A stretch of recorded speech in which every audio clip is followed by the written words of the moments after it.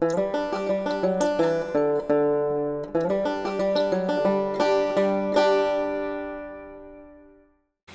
friends, it's Melanie. Today I wanted to show you how we store our winter squash.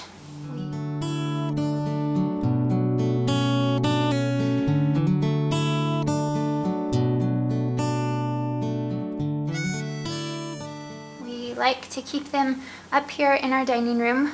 They do best at room temperature in a place that's not too cold, not too hot, and they don't like moisture. So being here where it's dry really helps them a lot. Last year we put them in our basement and we ended up with disgusting squash pancakes all over the floor, and that was pretty gross. So we talked to a local squash grower, and he said the best thing that we can do is just keep them where we're comfortable. So if it's a place where you feel comfortable, your squash are going to feel comfortable. You do have to check them often because some squash last longer than others. But what you want to do is look here at the bottom. This is where they're going to go bad, usually first. And so you want to make sure that you're not storing that flat against the ground.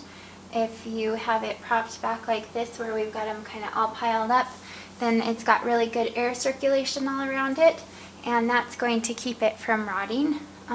So just give them a feel every so often, move them around so they're not sitting on the same spot over time.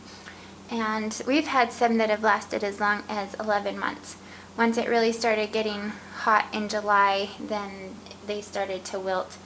But even then, if you get one that gets a soft spot or starts to go bad, then it goes out to the chickens and they get so excited because they are just so anxious for anything fresh in the winter.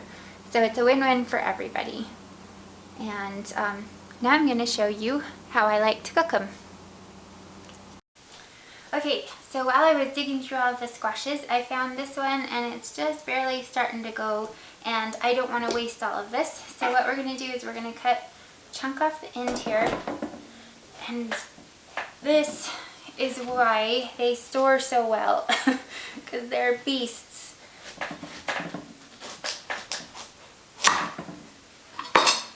But as you can see, it's just barely starting to go, and all of that is still in great condition. So this part will go to the chickens and we get to eat the rest.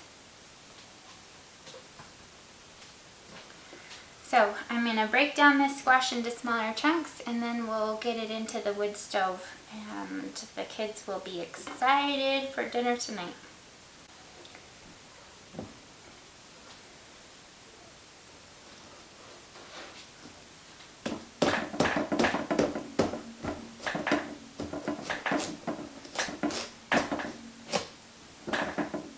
I've heard that using an axe for these would work really well, and perhaps with they're this big, that might just be a really good solution.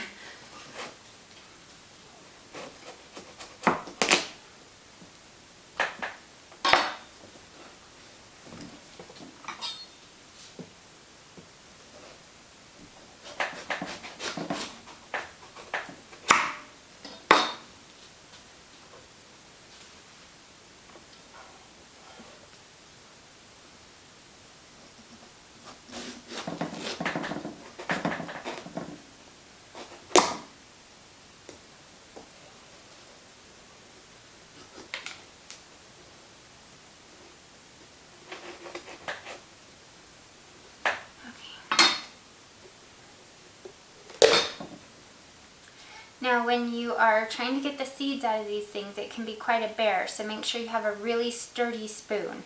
That'll make all the difference in the world. And you just get in there and scrape it. I like to break them down to smaller pieces like this just so that I'm not trying to wrestle with a squash like you saw me doing earlier.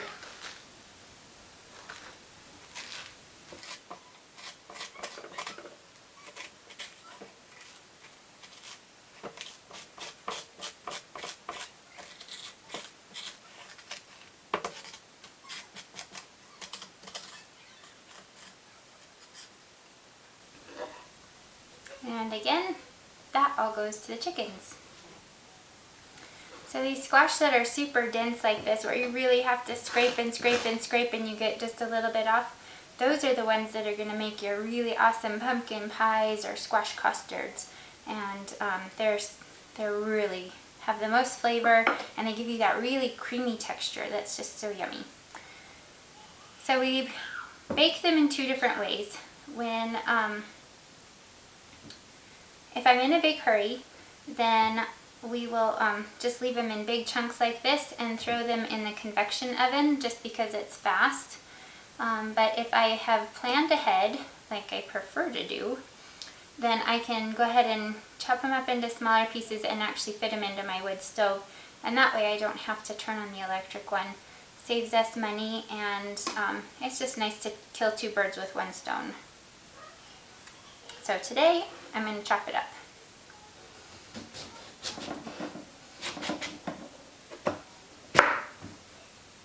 The other tip that I forgot to mention when I was showing you how we store them is that if you dip them in a bath of water and a little bit of vinegar, I think it's 10 parts water to 1 part vinegar, or like a cup of vinegar per sink water works pretty good too. If you just dip them in that, let them sit for a little bit and then dry completely off before you store them, that'll kill any of the mold spores that might be on the exterior, and that'll help them last longer as well.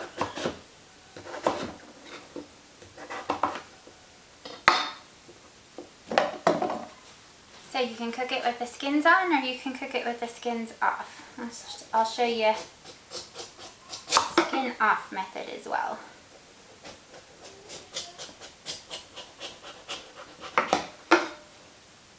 I don't know how you guys like to handle your compost pile or your chicken bucket, animal scraps, or if you take stuff out to the goats or bunnies, whatever you guys have.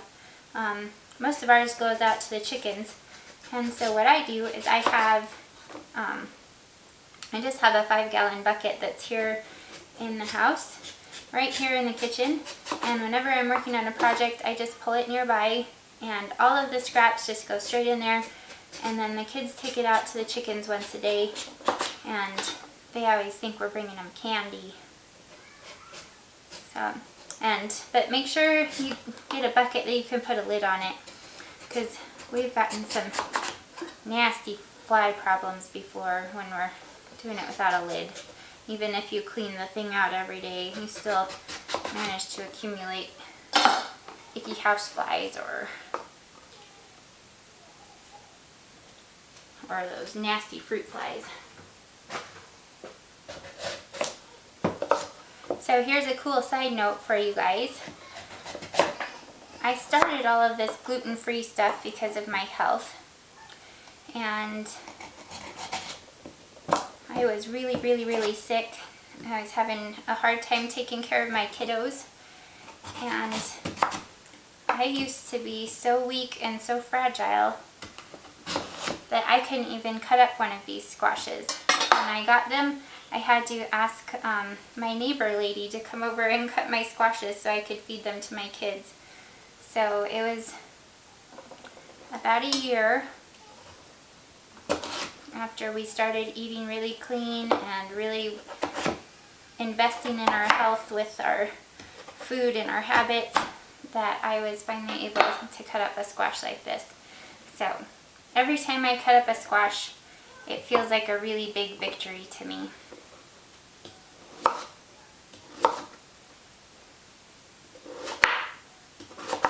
So if there's any of you out there that are struggling, fibromyalgia is the thing that gets me the worst.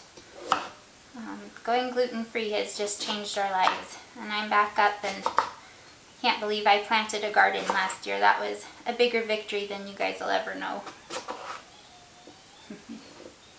So there you go. You can celebrate with me as we eat squash. What's you got, Annabelle? Uh-huh. Are you going to have that one? Okay. Yeah, okay. Is it nummy?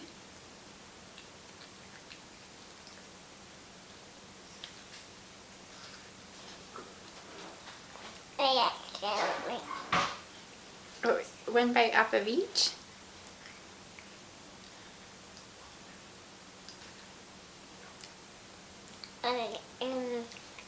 So to cook them, you can put some, if it's chunks like this, I just put some oil in the pan. If I'm doing the big pieces, then I oil the squash. And this one is avocado oil. I also like to use the expeller pressed coconut oil. Olive oil is fine, but I prefer not to heat it up to that kind of a temperature because it tends to oxidize. If you get super, super expensive olive oil, then it can handle the higher temperatures, but I still prefer that raw.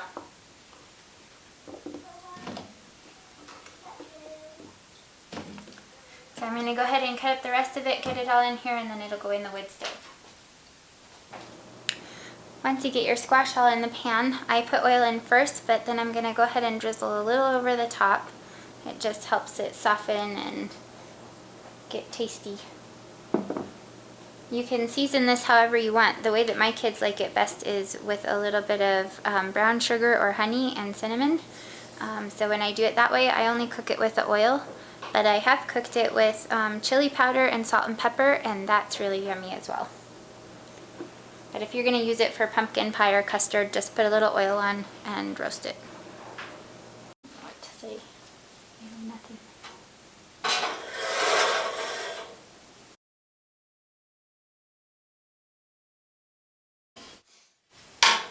I'm going to check the squash. I have stirred it a couple times during the process of cooking, just so that it cooks a little faster and more evenly.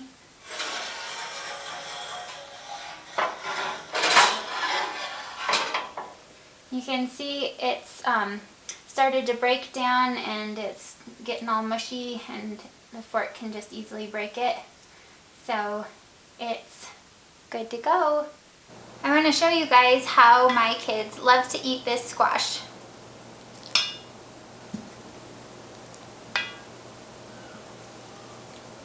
Small amount of salt,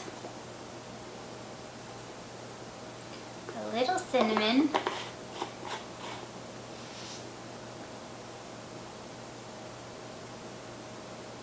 and just a drizzle of syrup. Of course, they'd love it if I put more, but that's plenty to make it just sweet and tasty.